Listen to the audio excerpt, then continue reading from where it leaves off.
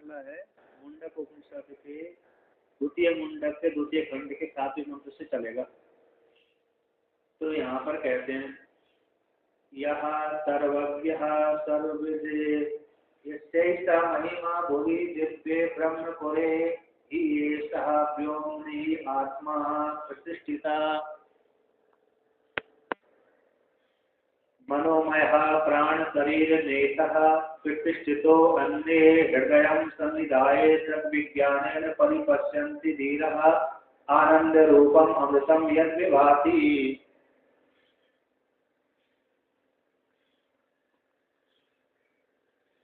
यहाँ पर कहते हैं या सर्वज्ञ सर्वज्ञ, जो परमात्मा है सर्वज्ञ सर्वज्ञ, सर्वम जानाति सर्वज्ञ, जो सबको जानता है।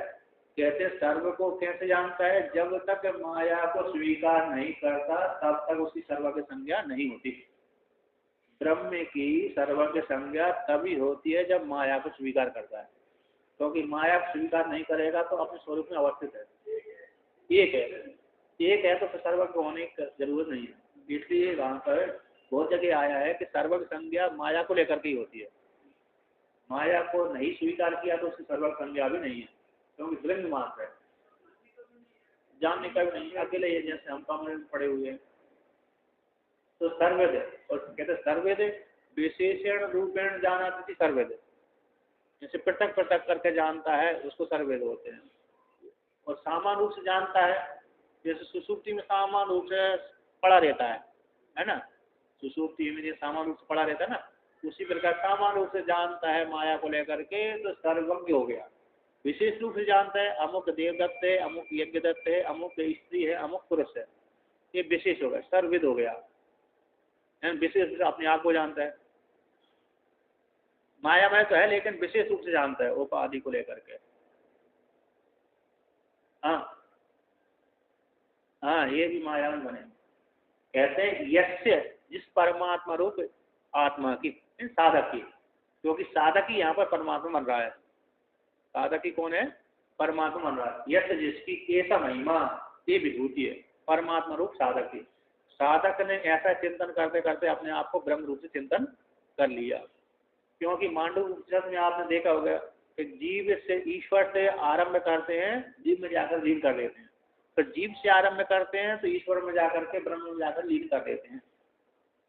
उसी प्रकार से कहते हैं जो ब्रह्म रूप परमात्मा है, भूवि ही दिव्य है ब्रह्मपुरे ही ऐसा, कहते ब्रह्मपुर यानी हृदय, हृदय ही उसका निवास स्थान है, हृदय में अभिव्यक्ति होती है। दिव्य जो ब्रह्मपुर हृदय, उसमें परमात्मा का निवास स्थान है। भूवि लोक में, स्थूल शरीर लोक में अथवा वर्तमान लोक में, वर्तमान शरीर में अथवा वर्तमान लोक में जो हृदयपुर है, हृदय नाम हृदय अवच्छिन्न आकाश, उस आकाश में दिव्य जो हृदय अवच्छिन्न आकाश, उस समय इस परमात्मा की अभिव्यक्ति होती है, क्योंकि यहीं पर ही परमात्मा आविर्भूत है। यदि भी सभी जगह परमात्मा है, किंतु विशेष रूप से यहीं जाना जाता है परमात्मा। उपासना भी यहीं की जाती है और यहीं विशेष रूप से जाना जाता है। ऐसा व्योमनि आत्मा प्रतिष्ठित, कहते हैं ये परमात्मा इस व्योम रूप आकाश में प्रतिष्ठित है। ऐसा आत्मा अंतर्यामी परमात्मा ब्रह्म में, और जो जीवात्मा का मुख्य स्वरूप है इसी हृदय रूप आकाश में, व्योम आकाश में प्रतिष्ठित रहता है।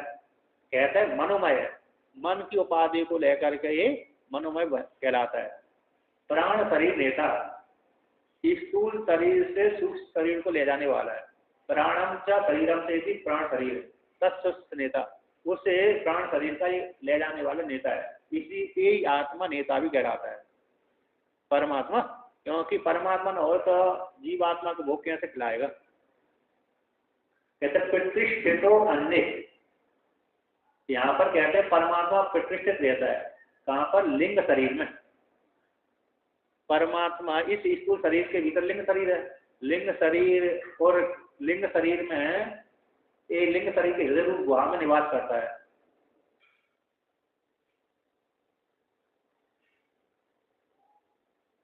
यहाँ पर कहते हैं स्थूल शरीर पुरुष देह में रहकर अन्नमय शरीर में स्थित है। अन्नमय यहाँ पर पिंड रूप अन्य, पिंड रूप अन्य में वो बुद्धि रहती है, वो बुद्धि में वहां पर अवस्थित रहता है।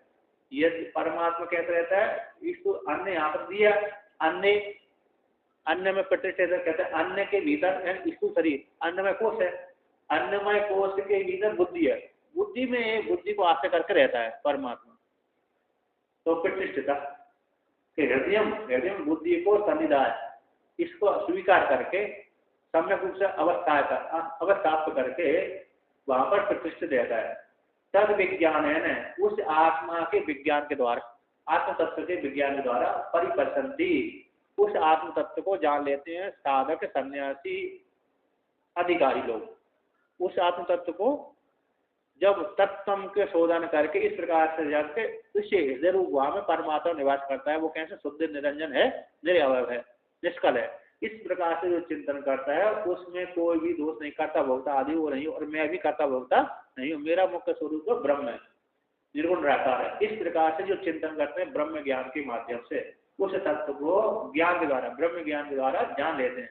धीरा, और जानने के पश्चात कहते हैं धीरा पश्यंती ब्रह्म ज्ञान है न, उस आत्मा के ज्ञान से उस परमात्मा को जान लेते हैं। आनंद रूपम अमृतम यद विवादी, यह परमात्मा कैसे आनंद रूप है, अमृत स्वरूप है, वो हृदय रूप गुहा में आनंद रूप से, अमृत रूप से प्रकाशित होता है, विभाषित होता है, अवस्थित रहता है हृदय रूप गुहा में। धीर शब्द का अर्थ होता है बुद्धिमान, ज्ञानी, ध्येय चिंतायाम से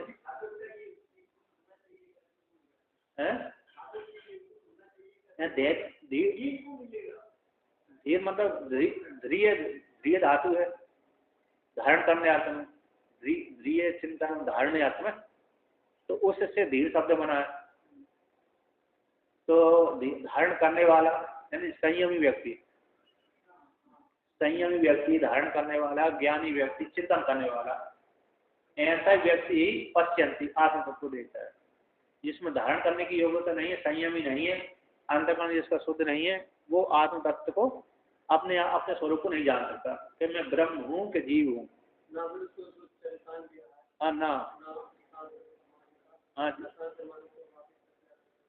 हाँ, जिसका मन समायता आदि नहीं है वो परमात्मा को नहीं जान सकता।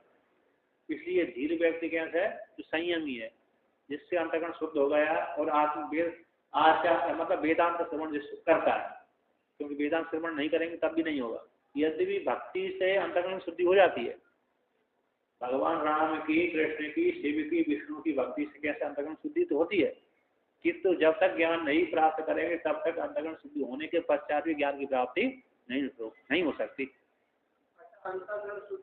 होने के पश्चात है, या तो वेदांत श्रवण करते करते अंतःकरण शुद्ध हो जाता है, क्योंकि फिर वेदांत श्रवण जैसे करेंगे तो आप साधक की कोटि में जाएंगे, साधक की कोटि में आ जाएंगे, फिर आत्मा का चिंतन करने में लग जाएंगे। और जिसने भक्ति करके अंतःकरण शुद्धि कर लिया किंतु उसने अपने आप को वेदांत ज्ञान श्रवण नहीं किया तो उसकी मोक्ष की प्राप्ति नहीं होती।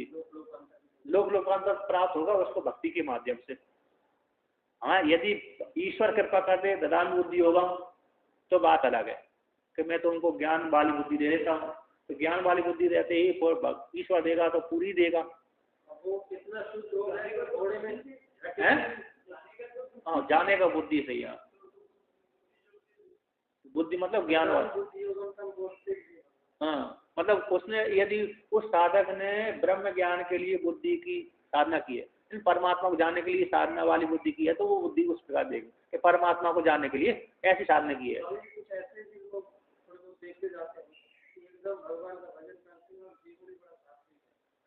ये इतना नहीं जानते, लेकिन ये जानते प्रभु को, ऐसे भी लोग मिलते हैं और वो ये नहीं जानते कि मोक्ष बुद्धि से होगा, किससे होगा, भगवान की राह से। हाँ, तो और मुक्ति चाहिए प्रभु, और मुझे कुछ नहीं चाहिए। हाँ, तो ऐसे व्यक्तियों के लिए परमात्मा धारण बुद्धि योगम ऐसा इसके माध्यम से बुद्धि देते हैं। दोनों प्रकार मुक्ति नहीं चाह रहा, जब मुक्ति नहीं चाहेगा तो लोग वाली मुक्ति हो जाएगी उसकी, फिर उसको आने वाला समय जो है वो हो जाता है, हो गया तो भगवान की मोक्ष चाह रहा है तो फिर उसको ज्ञान वाली बुद्धि चाहिए। हाँ, देते हैं। अब आगे कहते हैं परमात्मा, अरे भगवान भास्कर वास्तव लिखते हैं, यो असौ तमसा परस्ता संसार महोदधिं पीत्वा गंतव्या पर विद्या विषय सह तस्मिन् वर्तते इति यह जो परमात्मा है तम से परे है, जिसके ज्ञान से संसार सागर से मुक्त हो जाता है। संसार रूप जो सागर है उसको पार करके जाना चाहिए, उस परमात्मा को प्राप्त कर लेना चाहिए। तो पर विद्या विषय, परमात्मा को विषय करने वाली विद्या का विषय है। संसार को पार कराने वाली कौन सी विद्या है? ब्रह्म विद्या है। परमात्मा को विषय करने वाली विद्या को पर विद्या कहते हैं। परमात्म विद्या, ब्रह्म विद्या, ब्रह्म ज्ञान, ये संसार रूप तम रूप संसार से पार दिलाने वाली है, परमात्मा को विषय करने वाली है। ऐसी पर विद्या का विषय है, सब है कस्मिन् वर्तते, किस में रहती है? जो ब्रह्म विद्या है किस में रहती है? किस में रह करके परमात्मा को विषय करने वाली विद्या है, उसका अधिकारी कौन है? जिसको जानकर अधिकारी उसको जान करके उस विद्या उस संसार रूप सागर से मुक्त हो जाए। कस्मिन् रहते, किस में रहती है, इसको लेकर कहते हैं यह सर्वज्ञ सर्वविद व्याख्याता। कहते जो सर्वज्ञ सर्वविद है, कहते भगवान भास्कर ने व्याख्याता लिख दिया, तो पहले हमने कई बार इसका व्याख्यान कर दिया, तैत्तिरीय उपनिषद में, अन्य अन्य जगह भी कर दिया है, अतः इसी उपनिषद में पहले वर्णन कर दिया। इसलिए जो सर्वज्ञ सामान्य रूपेण जानाति थी, सर्वज्ञ सामान्य रूप से जानते हैं, इसी सर्वज्ञ है। विशेषण रूपेण जानाति थी सर्वविद, तम पुनर्विशिष्टि, उसी को पुनः विशेषित करते हैं। कहते यस्या प्रसिद्धो महिमा विभूति को असो महिमा। यस्य आत्मा, जिस आत्मा की परमात्मा की ऐसा महिमा है, ऐसा प्रसिद्ध महिमा विभूति है, तो असो महिमा, वह महिमा क्या है? असो है महिमा क्या है, कौन है? यस्य ईमे द्यावा पृथिव्यहु शासने विद्यता पृष्ठता। यश जिस आत्मा के अंतर्यामी ब्रह्म में ईमे द्विलोक पृथ्वीलोक आदि उपलक्षित है सारी, जिसके शासन में क्या करते हैं? नियमित रूप से विद्यते तिष्ठत है, नियमित रूप से प्रतिष्ठित रहते हैं, अवस्थित रहते हैं, कार्य करते हैं। सूर्य चंद्रमा आदि जिस परमात्मा रूप अक्षर ब्रह्म के शासन में 1 इंच या तो 1 सेकंड भी इधर उधर नहीं होता, अपने कार्य करते हैं। कहते सूर्य चंद्रमसौ यस्य शासने अलात चक्रवद अजस्रः ब्रह्मतः। जिस परमात्मा के शासन में सूर्य चंद्रमा आदि जो उपलक्षण है अन्य ग्रह नक्षत्र आदि के भी, कि जिस परमात्मा के शासन अलात चक्र, अलात चक्र होते ना घुमाने वाला, ये अलात है ना, जैसे अलात चक्र घूमता रहते हैं, पंखा मान लीजिए, तो पंखा के समान अजर निरंतर भ्रमता घूमते रहते हैं जिसके शासन में। यश शासने कवितः सागर अश्व स्वगोचरम न अतिक्रामंती। कहते जिस परमात्मा के आत्मा के शासन में सरिता है, नदियां हैं, बड़े बड़े सागर हैं, अश्व है, अपने अपने विषय को अतिक्रमण नहीं करते। जैसे नदियां भी अपने क्रम को अतिक्रमण नहीं करते, सागर भी। यदि सागर, चलो नदियां में थोड़ी उफान आ जाती है, यदि सागर अतिक्रमण कर दे तो जो तट के किनारे तो चले ही जाएंगे, हैं? कभी कभी दिखा रहे थे, कभी कभी करा रहे थे, एकदम एक आधा परसेंट में नाम मात्र के लिए, नाम मात्र के लिए। तो यहाँ पर कहते हैं जिसके शासन में ये सूर्य मतलब सागर है, नदियां आदि अपने अपने विषय का अतिक्रमण नहीं करती। तथा एक बड़ी में कह दिया, अब जंगम को लेकर कह रहे हैं, तथा स्थावरम जंगमम च यश शासने नियतम। उसी प्रकार से स्थावर जंगम भी जिस परमात्मा के शासन में नियमित रूप से कार्य करते हैं। ततः च ऋतवो अयने अब्दाचा यश शासनम न अतिक्रामंती। उसी प्रकार से ऋतु या ऋतु कहते हैं, अयने यानी 2 अयन होते हैं, उत्तरायण और दक्षिणायन 2 अयन होते हैं। और आपदे यानी संवत्सर, आपदे संवत्सर जिसके शासन में निरंतर घूमते हैं, आहन, हाँ, तो जिसके शासन में ये ऋतु है, आयन है, आपदे हैं, क्या करते हैं? अतिक्रमण नहीं करते। अगर नियमित रूप से चलते हैं, 6 महीने के बाद 6 महीना आएगा, 6 महीने के बाद 6 महीने, एक ऋतु 2 महीने तक रहेगी, एक ऋतु 2 महीने तक रहती है। ततः कर्तारः कर्माणि फलं च यस्मात् स्वयं स्वयं कालं न अतिवर्तन्ते सः एष महिमा भुवि लोके यस्य सः एष सर्वज्ञ एवं महिमा देव। तथा उसी प्रकार से कर्ता देवदत्त यज्ञदत्त जो करता है वह कर्मों को करते हैं, तो कर्म को करके उस फल को प्राप्त करते हैं। तो जिसके शासन से उस कर्म के फल को प्राप्त करते हैं। स्वस्व कालम न अतिवर्तन्ते के ये कर्म इसी फल को देगा। ऐसे शिव महिमा में आया ना, पुरुषम आराधनम, पुरुष की आराधना के बिना फल की प्राप्ति नहीं होती, तो ईश्वर की शासन से।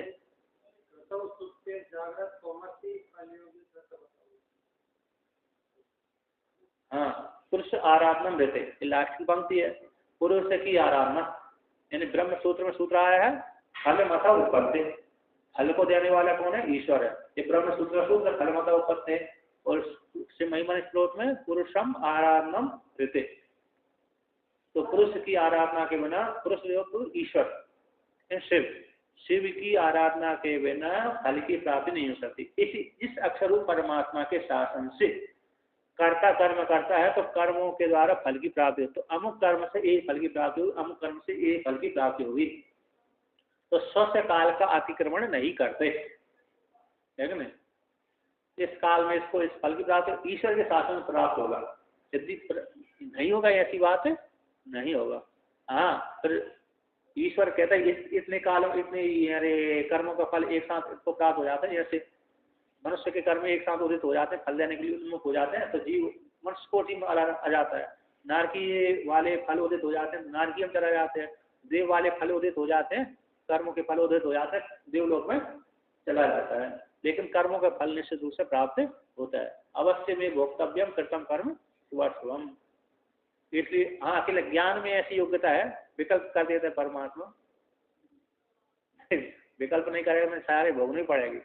जैसे कभी कभी मंदिर में दर्शन करना है तो वीआईपी लोगों को जल्दी चले जाते हैं, सरकारी लोगों को लाइन में लगना पड़ती है। तो ज्ञान में ऐसी योग्यता है, बाकी सारे कर्म निश्चित रूप से फल देने वाले होते हैं। जब ज्ञान भस्म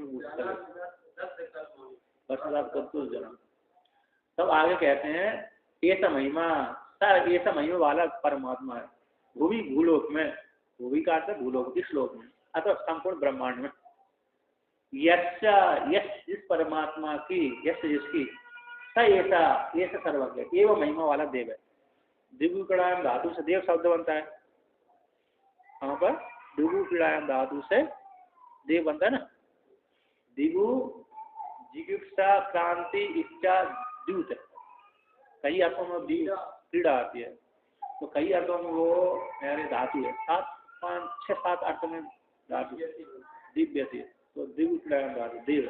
द्योतनादिति देवा, द्योतनादिति देव जो सभी को प्रकाशन करने वाला और अपने आप को भी प्रकाशन करने वाला, प्रकाश ऐसी महिमा वाला देव है।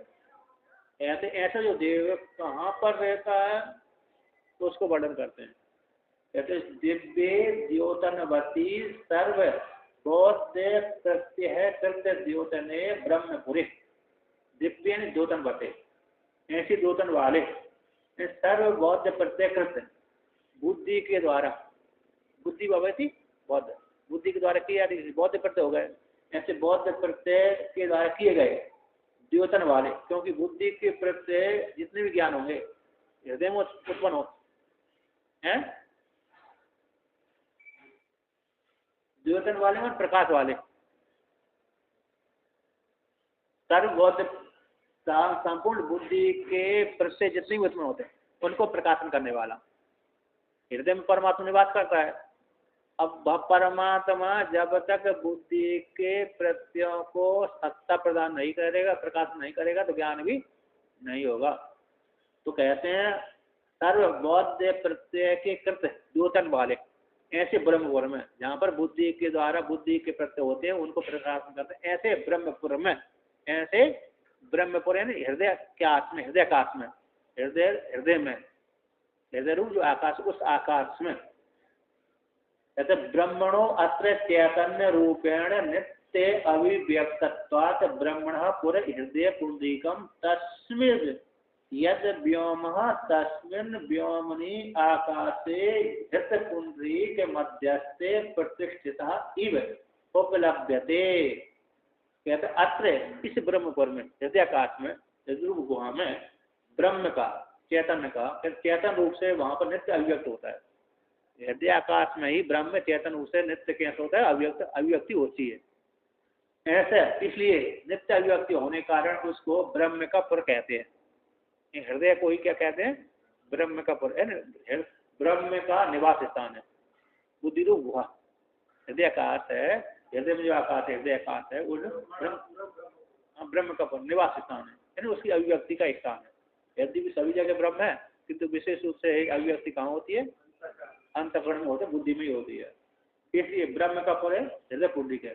तस्मिन् उस हृदय पुंडरीक में व्योम में, तस्मिन् उस व्योमनी आकाश में, यानी हृदय पुंडरीक के मध्य में वह परमात्मा प्रतिष्ठिता इव उपलब्ध है, प्रतिष्ठित के समान उपलब्ध होता है।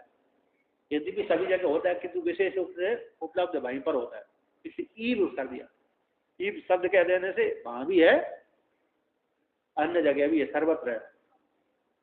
यद्यपि सबसे पहले ज्ञान हृदय में ही होता है, ज्ञान हृदय में अभिव्यक्ति होने के पश्चात फिर वही ईश्वर बाहर आता है। जैसे आपने भागवत में ध्रुव को देखा, तो ध्रुव जैसे नारद जी ने कहा कि इस प्रकार से चिंतन करना, तो उस प्रकार से चिंतन किया, तो हृदय में चिंतन किया, तो हृदय में चिंतन करते करते उसको चौथा जो कुंभक लग गया था, चौथा प्राणायाम सिद्ध हो गया था, यानी उसको विष्णु भगवान के साथ है एकांत भाव हो गया था। तो फिर वहां उसके एकांत भाव हो जाने से समष्टि को व्यष्टि को समष्टि मिला दिया उसने। एकांत भाव हो जाने से वहां के प्राण रुक गए थे, प्राण रुकने से बाकी जीव जंतु मरने लगे थे।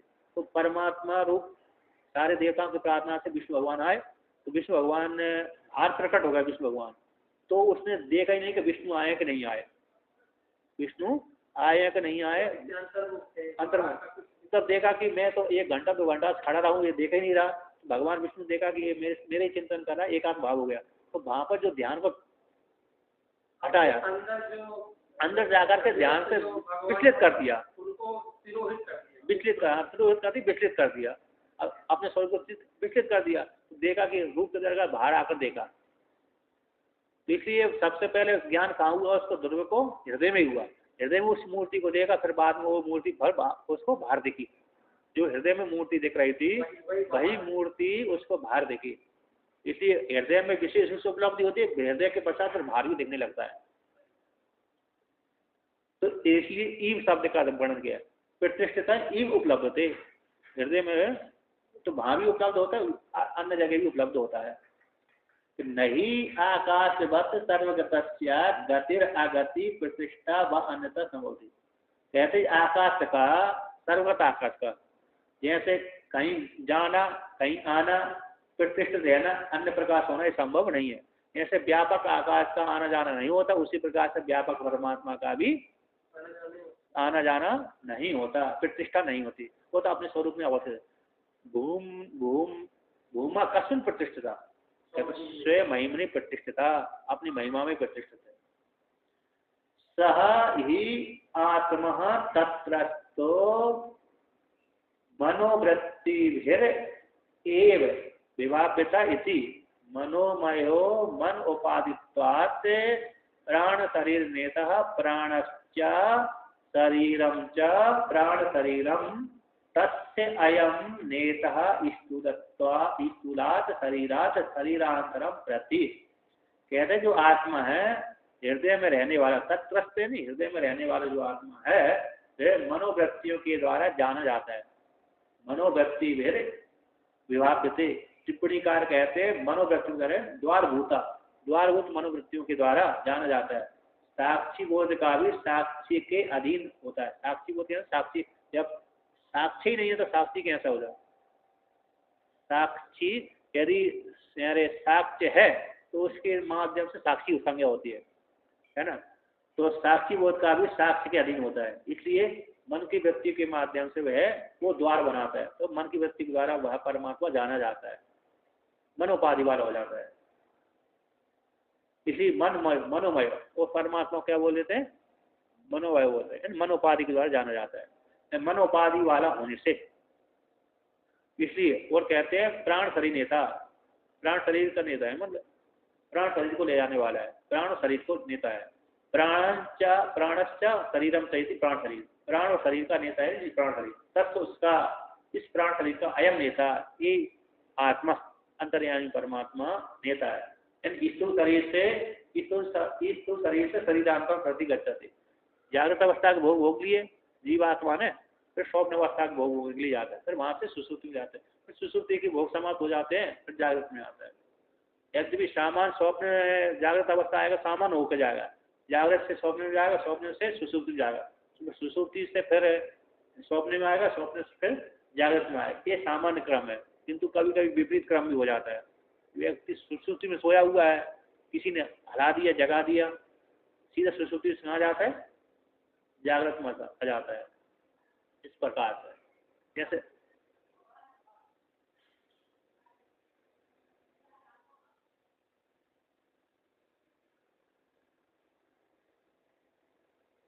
नहीं, यहाँ पर एक शरीर, स्थूल शरीर से शरीरांतरम है, नहीं सूक्ष्म शरीर में, सूक्ष्म शरीर में जाता है। स्थूल शरीर के भोग भोग करके परमात्मा इसको सूक्ष्म शरीर में ले भोग भोगाने के लिए जाता है, स्वप्न में, सूक्ष्म शरीर है स्वप्न में भोग भोगाने के लिए।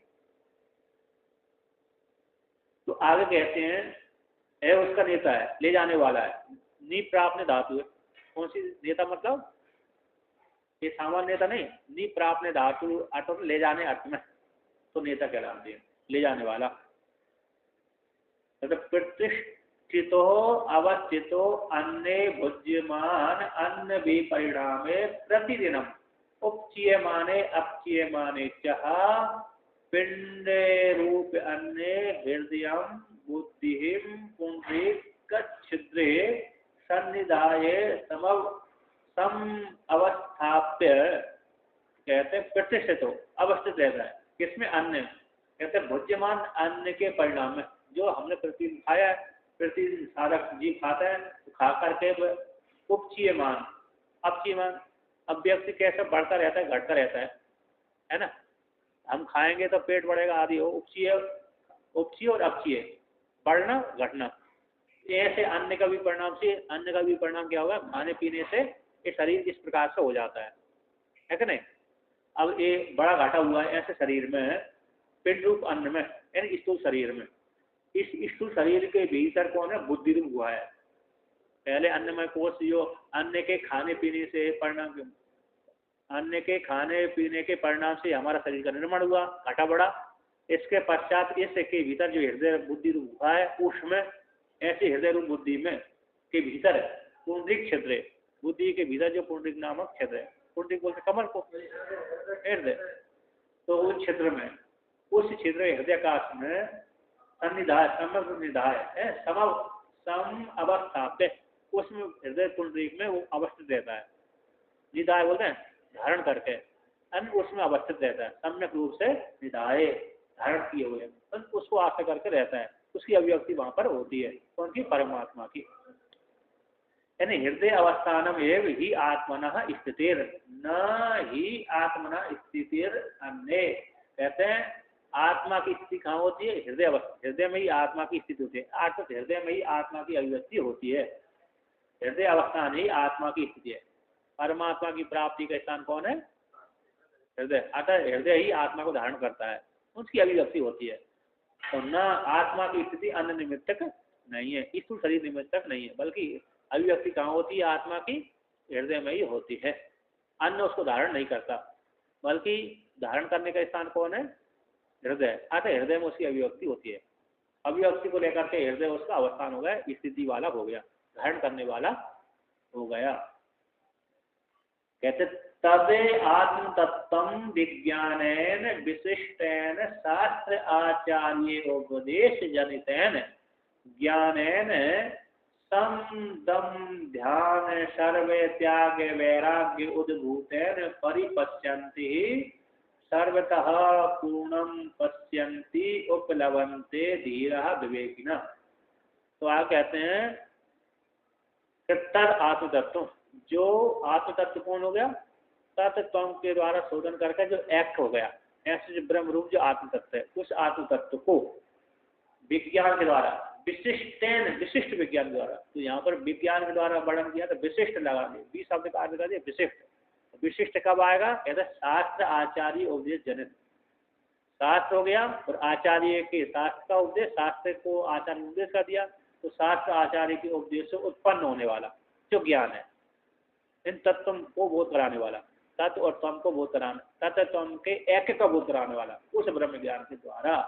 और साधक कैसे होना चाहिए उसको विषय कहते हैं, क्योंकि साधक के सम हो गया अंतर इंद्रिय का निग्रह, दम यानी हर इंद्रिय का निग्रह, और ध्यान यानी एकाग्रता, जिसका चिंतन किया ना, जिसका श्रवण किया मन किया उसका ध्यान, सर्व त्याग, कहीं पर भी आसक्ति ना हो, तो वैराग्य, सर्व त्याग है, हो सकता है कुछ त्याग कर दिया हो, नहीं इसलिए त्याग तो कर दिया आपने, फिर तो आकांक्षा हो गई आपको लेने की, हमने त्याग तो कर दिया, हमने गाड़ी त्याग दिया, किसी ने देखा हमको टोक दिया, किसी ने कह दिया क्या गाड़ी रखते हो, हमने टोक दिया, सब त्याग कर दिया, फिर उसको ग्रहण करने की इच्छा हुई, अरे मैंने क्यों दे दिया, बहुत काम आती थी।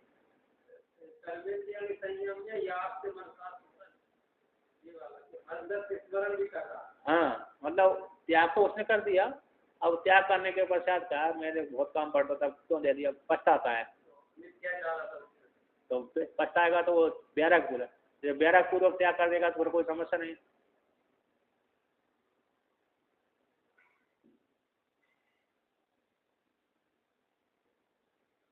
हाँ दोनों ही हो गया। हाँ वैराग्य से युक्त हो गए, किसी का चिंतन न करे, मतलब त्याग कर दिया तो हो गई, उसमें आसक्ति पना न रहे, तो वैराग्य के उद्भूत है, तो वैराग्य से उत्पन्न होने वाला ऐसे ज्ञान के द्वारा सम से युक्त है, दम से युक्त ध्यान और सर्व त्याग वैराग्य से युक्त होकर के जो ज्ञान उत्पन्न होता है, ऐसे ज्ञान के द्वारा परिपश्यन्ति धीरा, परिपश्यन्ति सर्वता पूर्णम पश्यन्ति, परिपश्यन सर्वता पूर्ण, उस आत्मा को जान लेते हैं, उपलब्धते, कौन लगनते कहते धीरा, विवेकी, विवेकी लोग उस आत्म तत्व को जान लेते हैं जो अपने आप में पूर्ण है।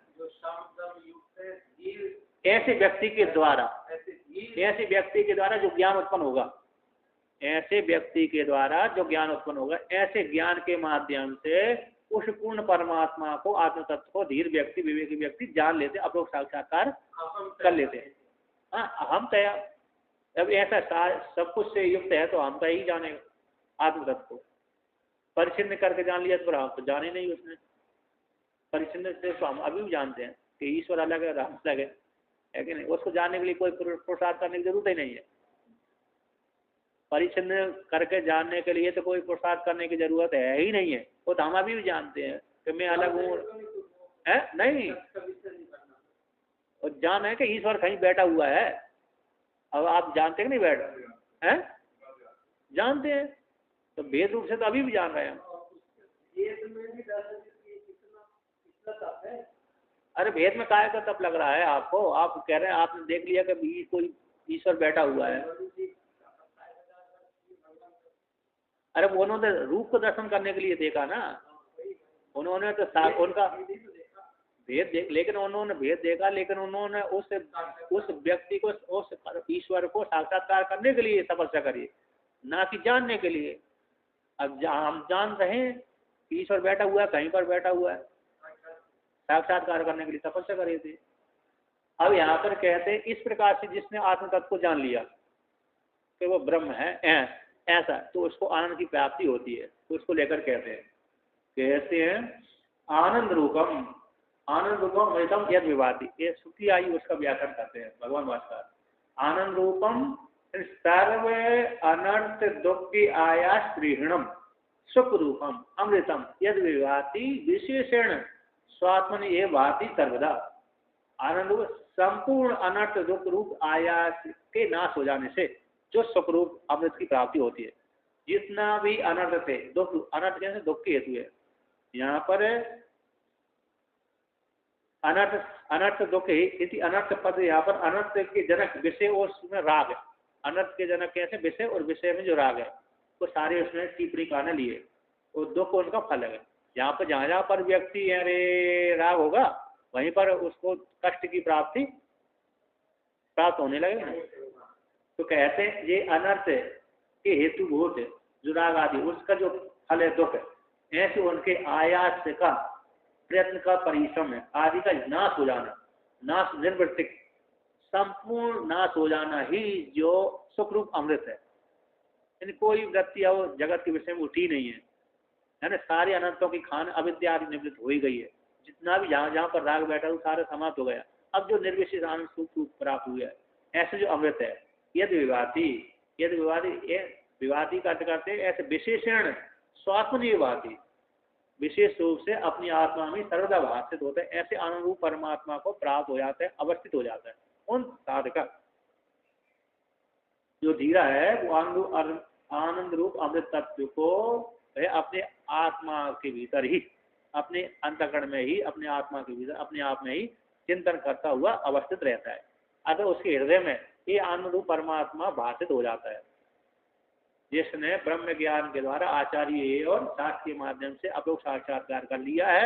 ऐसे साधक के हृदय में वह आत्मा आविर्भूत हो जाता है, विशेष रूप से भाषित हो जाता है, हमेशा भाषित रहता है।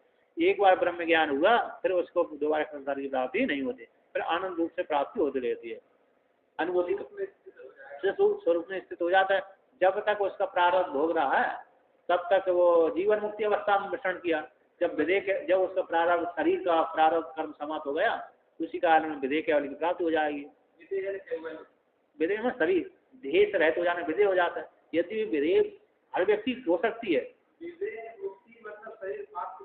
हाँ विधेय मुक्ति शरीर के पास, यदि भी विधेय मुक्ति हर व्यक्ति हो जाती है, अरे ये शरीर को छोड़ना मुक्ति हो गई, लेकिन वो निर्विशेष मुक्ति नहीं रही हो। अतः अगला जन्म उसका हेतु है, क्योंकि अज्ञान का नाश उसका नहीं हुआ था। केवल यानी मोक्ष वही मोक्ष है, उसमें दो मुक्ति का वर्णन कर दिया, विधेय मुक्ति जीवन मुक्ति।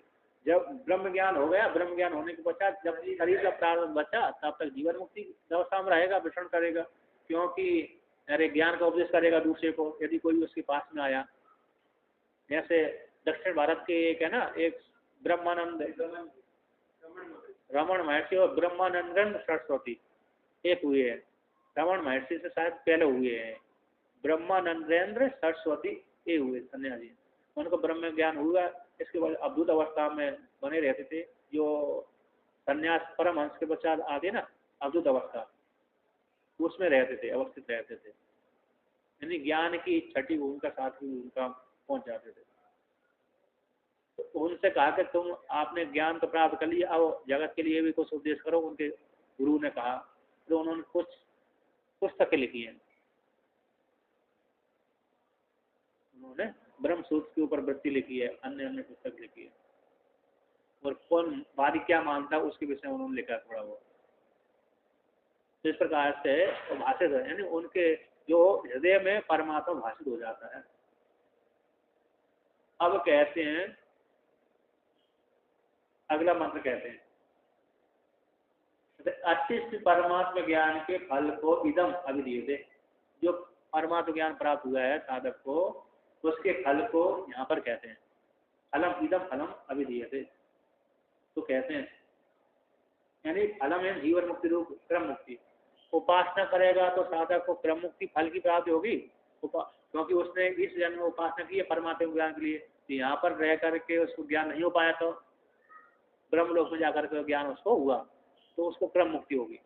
और यहीं पर रहकर उसको ज्ञान हो गया तो जीवन मुक्ति अवस्था में विचरण करता है। तो उसको लेकर के यहाँ पर कहते हैं विद्यते हृदय ग्रंथि छिद्यन्ते सर्व संशयः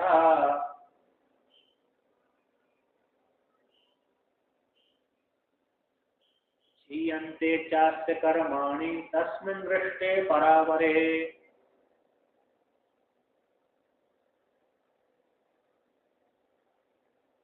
तो यहाँ पर कहते हैं विद्यते हृदय ग्रंथि छिद्यन्ते सर्व संशयः क्षीयन्ते चास्य कर्माणि तस्मिन् दृष्टे परावरे। अस्य साधकस्य, जिस साधक के तस्मिन् दृष्टे परावरे, उस परमात्मा के अपरोक्ष साक्षात्कार हो जाने पर कहते हैं हृदय ग्रंथि छिद्यते। हृदय विदारण धातु है, हृदय विदारणी धातु से विद्यते, हृदय की ग्रंथि के अंदर भेदन हो जाती है। छिद्यंत सर्व संशया से, कहते हैं सारे संशय जो मन में बैठे हुए थे वो सारे संशय भी निवृत्त हो जाते हैं।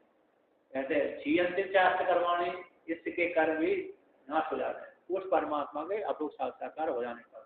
श्रवण से हृदय ग्रंथि, श्रवण मनन निध्यासन है, तो श्रवण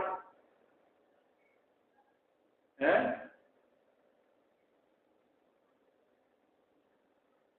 जन्म मरण की जो ग्रंथि है ना, ग्रंथि के समान ग्रंथि है ना, हृदय जो हृदय में रहने वाली वासना आदि है, अविद्या वासना, अविद्या यहाँ पर ग्रंथि के शब्द का अविद्या वासना का परिचय है ना। अविद्या रूप जो वासना है, अविद्या जिसमें बैठी हुई है और ग्रंथि के समान है, जैसे ग्रंथि एक सांकल दूसरे सांकल को बांध कर रखती है ना, उसी प्रकार अविद्या रूप सांकल सभी को बांध कर रखती है। तो यहाँ पर अविद्या जनित है, हाँ विद्या काम कर रहे हैं, ये हृदय को आश्रय कर एक ग्रंथि। यहाँ पर टिप्पणी का 1 नंबर 2 नंबर टिप्पणी दिया, अविद्या से उत्पन्न होने वाली अविद्या जनिता है। परावल एक परमात्मा, पर यानी कारण ब्रह्म, अवर यानी कार्य ब्रह्म। तो कार्य ब्रह्म भी मैं ही हूँ और कारण ब्रह्म भी मैं ही हूँ, और निर्गुण नेति नेति के द्वारा परमात्मा भी मैं ही हूँ। इस प्रकार जो साधक जान लेता है तो उसके सारे कर्म कैसे हो जाते हैं, सारे संशय और ग्रंथि और कर्म नष्ट हो जाते हैं। तो यहाँ पर देखिए श्रवण से क्या होता है, तो श्रवण से प्रमाणगत भेद की निवृत्ति होती है। श्रवण से प्रमाणगत भेद की निवृत्ति होती है। मनन से क्या होता है, फिर मनन से प्रमेयगत भेद की निवृत्ति होती है। श्रवण से प्रमाणगत भेद की निवृत्ति कैसे होगी, तो कोई बात ही कहते हैं आत्मा है, कोई बात ही कहते हैं आत्मा नहीं है ना। कोई बात ही कहते हैं आत्मा है, कोई बात ही कहते हैं आत्मा नहीं है, कोई बात ही कुछ किसी प्रकार से वर्णन करते हैं। तो जो प्रमाणगत है, अन्य अन्य प्रमाण स्मृति पुराण और अन्य अन्य वादी ग्रंथ है, उनसे प्रमाण है प्रत्यक्षादि प्रमाण, उनसे भेद को प्राप्त होते, उसके श्रवण करने से भेद की निवृत्ति हो जाती है कि आत्मा है। ऐसे पूर्व पक्षी कहते हैं कि यदि आत्मा होती तो दिखनी चाहिए थी, यदि आत्मा होती तो देखना चाहिए थी, किंतु आत्मा है नहीं, दिखती नहीं है, दिखती नहीं है तो आत्मा है ही नहीं है। तो ये श्रवण से भेद की निवृत्ति हो जाती है।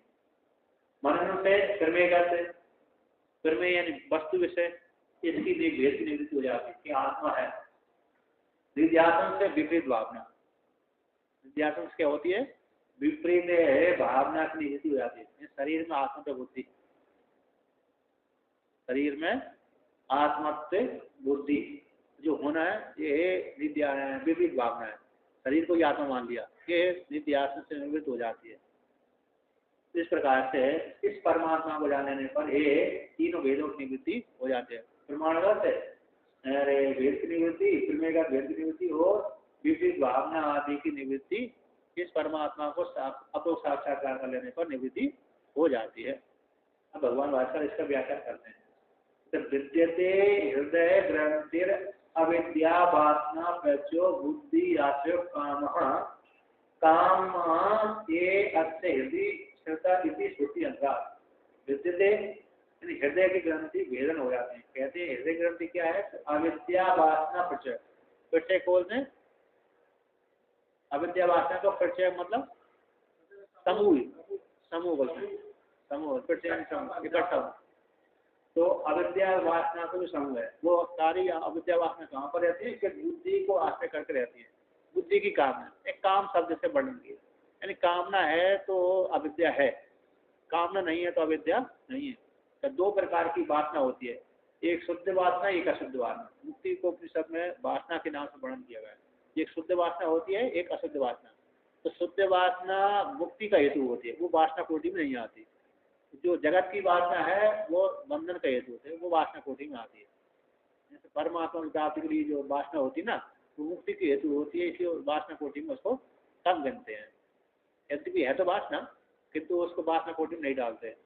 तो मुक्ति उपनिषद में ऐसा आया है। इसी काम शब्द से ही, तो कामना शब्द कह देने से सारी यो अविद्या ग्रंथि हो गई, हृदय ग्रंथि है।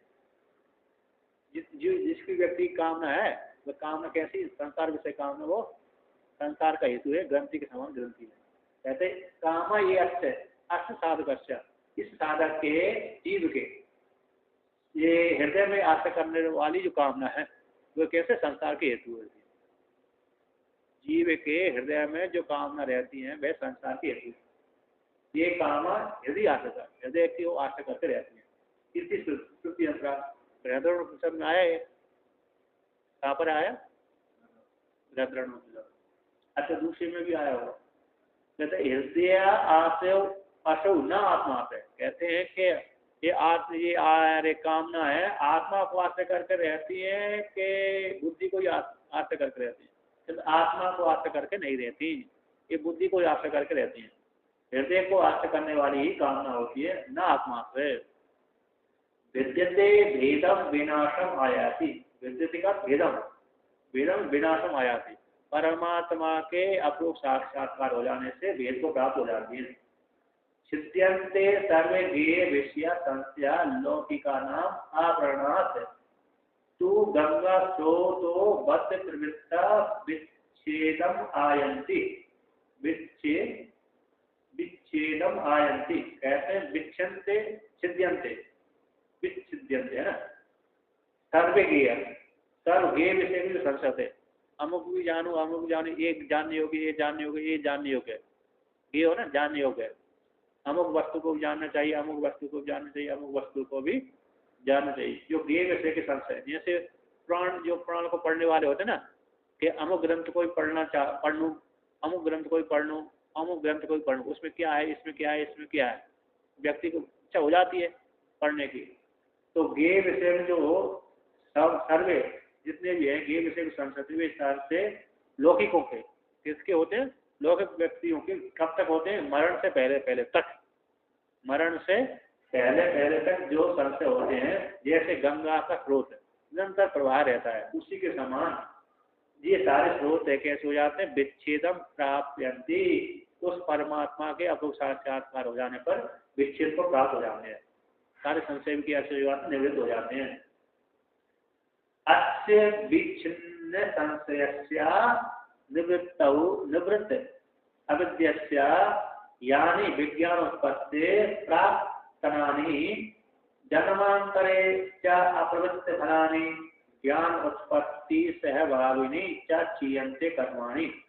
ऐसे इस साधक के विच्छिन्न हो गए संशय जिसके, ऐसे साधक के निवृत्त अविद्या, जिसकी अविद्या निवृत्त हो गई, ऐसे साधक के यानी विज्ञान उत्पत्ति प्राप्त, विज्ञान ब्रह्म ज्ञान की उत्पत्ति से पहले जो जन्मांतरों में और वर्तमान काल में भी, पूर्व के जन्मों में जो उसने विज्ञान की उत्पत्ति से पहले जो जन्मांतरों में कर्म किए थे, क्या किए थे, कर्म किए थे पूर्व जन्मों में। ब्रह्म ज्ञान की उत्पत्ति होने से पहले जो उसने कर्म किए थे, जो कैसे थे, अप्रवृत्त फल वाले थे। कैसे थे, अप्रवृत्त, आता उनको फल फलोन्मुखित नहीं हुआ था, फल से फल को देने के लिए प्रवृत्त नहीं हुए थे। और ज्ञान की उत्पत्ति के लिए कर्म किए थे उसने, क्योंकि ज्ञान की उत्पत्ति के लिए कर्म नहीं करेगा तो अंतःकरण शुद्ध नहीं होगा, तो अंतःकरण शुद्ध नहीं होगा तो ज्ञान की प्राप्ति भी नहीं होगी। इसलिए ज्ञान की उत्पत्ति के लिए भी सैव ज्ञान काल में भी उसको सत्कर्म करता था, शुद्धि के लिए कर्म करता था।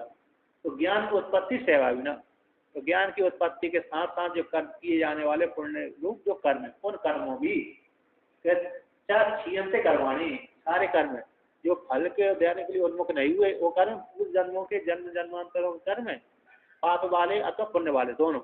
और वर्तमान काल में ज्ञान की उत्पत्ति काल में जो पुण्य कर्म कर रहा था, पाप कर्म करेगा तो मन दूषित होता ही रहेगा, पुण्य कर्म करेगा तो कैसे हो जाएगा, पवित्र होता रहेगा, साफ होता रहेगा। ज्ञान की उत्पत्ति के लिए, ज्ञान की उत्पत्ति के निमित्त जो कर्म किए जा रहे थे वे भी फल देने के लिए तो उन्मुख फल देंगे, क्योंकि अवश्य में भोक्तव्यम कृतम कर्म शुभ शुभम, वे भी कर्म है, अब इसके कैसे हो जाते, नाश हो जाते हैं। अथवा कहते हैं वो संचित कोटि के, संचित, क्रियमाण और प्रारब्ध, तीन प्रकार के कर्म होते हैं। तो संचित कोटि वाले तो ज्ञान के द्वारा भस्म हो जाता है, ज्ञान रूप अग्नि के द्वारा भस्म हो जाते हैं, और प्रारब्ध तो भोग के द्वारा क्षय होगा। कहते क्रियमाण कहाँ जाएंगे, तो इसमें ये आता क्रियमाण के विषय में, यहाँ तो क्रियमाण का भी वर्णन कर दिया। ज्ञान अथवा ज्ञान होने के काल में, ज्ञान जिस काल में हो रहा है उस काल में, ज्ञान काल में जो पुण्य कर्म कर रहा था वो विनाश हो जाते हैं। अब ज्ञान होने के पश्चात जो क्रियमाण होंगे, कि ज्ञान होने के पश्चात तुरंत तो शरीर का नाश नहीं होगा, तो उस कर्मों का क्या गति होगी? जब चलेगा तो पाप भी बन जाएगा, चींटी तो मरी जाएगी। आज तक किए, आज हाँ ज्ञान हुआ आज, हाँ अभी जो पीछे हो गया हाँ तो संचित नहीं चला गया। नहीं, हाँ वो संचित वाला उसमें चला गया। आज के पहले वाला, हाँ आज तो पहले वाला संचित में अब सहभागी हो गए, दोनों ही सहभागी। नहीं आज से पहले जो हो गया, सर संचित को भी मान लिया, तो संचित में मान लिया गया, वो तो तक नहीं हो गया। यहाँ पर सहभागी शब्द प्रयोग हुआ ज्ञान की उत्पत्ति के साथ साथ ही। जिस काल में ज्ञान उत्पत्ति के लिए प्रयोग कर रहा था ना, इसी जन्म में ज्ञान की उत्पत्ति के लिए कर्म कर रहा था, उस काल में अब कर्म करता ज्ञान पुण्य कर्म कर रहा था, तो फल देने के लिए तो होंगे, भविष्य में देंगे वो, फिर वो भी उसी काल में कर्म नष्ट हो जाते हैं। ज्ञान उत्पत्ति के बाद, ज्ञान की उत्पत्ति होते ही नष्ट हो जाते हैं। चाहे संचित कोटि में डाल लो उसको, संचित कोटि में डालेंगे कोई समझ नहीं। अब हाँ, ज्ञान के बाद कर्म पुण्य कर्म होंगे उससे, क्योंकि जो व्यक्ति जिससे साधना को लेकर ज्ञान की प्राप्ति हुई है वो साधना को नहीं छोड़ पाता है, तो फिर करेगा ही करेगा तो हाँ, न जाते तिष्ठते कर्म करते, हाँ बिना कर्म किए नहीं रह सकता, तो पापी भी बनेंगे पुण्य भी बनेंगे, तो उनका क्या गति होगी? क्योंकि अवश्य में भोक्तव्यम कृतम कर्म सुवसो, कहते हैं जो उसकी निंदा करेंगे उसको पाप चला जाएगा, जो उसकी सेवा करेंगे उसको पुण्य चला जाएगा, तो दोनों प्रकार से उसके कर्मों का फल बढ़ जाएगा। तो कहते हैं क्षीयन्ते अस्य इससे साधकस्य कर्माणि, पूर्व जन्मों के संचित कोटि कर्म और वर्तमान काल में जो कर्म कर रहा था ज्ञान होने से पहले पहले कर्म सारे कैसे हो जाते हैं? नष्ट हो जाते हैं। तो यहाँ पर कहते हैं न तो कहते क्या प्रारब्ध कर्म ही नष्ट हो जाए ना? पूर्व पक्षी ने प्रश्न किया, जब उसके सारे कर्म नष्ट हो गए तो प्रारब्ध कर्म भी समाप्त हो जाएंगे इस जन्म के आरंभ का, इस जन्म के आरंभ हो जाएंगे तो मानना ही पड़ेगी उसको, ज्ञान होने के तुरंत बाद क्या होनी पड़ेगी? तो छोड़नी पड़ेगी। ना तो ये जन्म आरंभ का प्रवृत्ति फलत्वात् तस्मिन् सर्वज्ञे असंसारिणे परावरे परम त्याकारणात्मना अवरम त्याकार्यात्मना तस्मिन् परावरे साक्षात् हम अस्मि इति दृष्टे संसार कारण उच्छेदात् मुच्यते। कहते हैं ना तो ये जन्म आरंभ कहानी प्रवृत्त फलत्वात्, ये जन्म के आरंभक जो हो गए ना, इस जन्म के इस शरीर में जो आरंभक थे वो प्रवृत्त फल वाले होने कारण वो ज्ञान के द्वारा नष्ट नहीं होंगे। जो हमको प्रारब्ध भोग भुगाने के लिए उन्मुख हो गए, इस शरीर के आरंभक वाले जो कर्म थे भुगाने के लिए उन्मुख हो गए, ऐसे वो कर्म अब ज्ञान के द्वारा नष्ट नहीं होंगे, वो तो भोग के द्वारा ही क्षय होंगे। सांख्य मत में वर्णन किया कि जिसको मुक्त होना है, सांख्य मत वाले कहते हैं प्रकृति में कि जिसको मुक्त होना है तो उसको प्रकृति एक साथ सारे शब्दों को भुगा देती है। तो कहते हैं सारे शब्दों को एक साथ ही भुगा देती है। जिसको मोक्ष प्राप्त होने वाला है ऐसे व्यक्ति को प्रकृति एक साथ सुख वाले दुख वाले दोनों भुगा, जड़ मानते, चेतन नहीं है, करता है, प्रकृति भुगाती, वहां पर ऐसा वर्णन आया है। जड़ हाँ हाँ हाँ, मतलब समझ में नहीं आया मेरे को।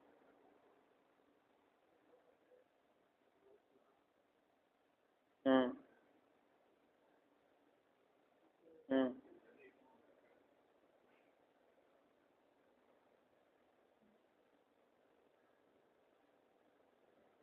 नहीं है, ऐसा कोई बात नहीं, जैसा प्रारब्ध होगा उसी प्रकार से उस फल की प्राप्ति हो, चाहे छोटे हो चाहे बड़ा हो। बहुत से व्यक्ति, बहुत से महात्मा ज्ञानी आदि एक्सीडेंट से मारे गए हैं। तो कहते हैं मतलब इस जन्म के जो आरंभक वाले कर्म थे ना, वो कैसे फल को देने के लिए उन्मुख हो जाने से वे नष्ट नहीं होते, ज्ञान के द्वारा नष्ट नहीं होते। कहते हैं थोड़ा सा है तस्मिन परावरे, कहते हैं तस्मिन् सर्वज्ञ, जो सर्वज्ञ परमात्मा है, असंसारी है, ऐसे परावर को। तो यहाँ पर परम बोलते हैं कारणात्मा और अवरम है कार्यात्मा। कारण कौन हो गया? ईश्वर। और कार्य कौन हो गया? हिरण्यगर्भ। ये दोनों से कार्य कारणात्म रूप से, कार्यात्म रूप से, कारण रूप स्वरूप से और कार्य स्वरूप से तस्में उस परावर को जानते हैं। कारण भी मैं ही हूँ और कार्य भी मैं ही हूँ, हिरण्यगर्भ भी मैं ही हूँ, अंतर्यामी परमात्मा भी, अक्षर ब्रह्म भी मैं ही हूँ। इस प्रकार साक्षात हम अस्मि, इस प्रकार से जो जान लेता है, ऐसे उसके जान लेने पर संसार के कारण को उचित हो जाने से, संसार का कारण कौन था? अज्ञान। संसार का हेतु कौन था? अज्ञान था। उस अज्ञान को उचित हो जाने से वो मुक्त हो जाता है। इस प्रकार से प्रतिपादन किया।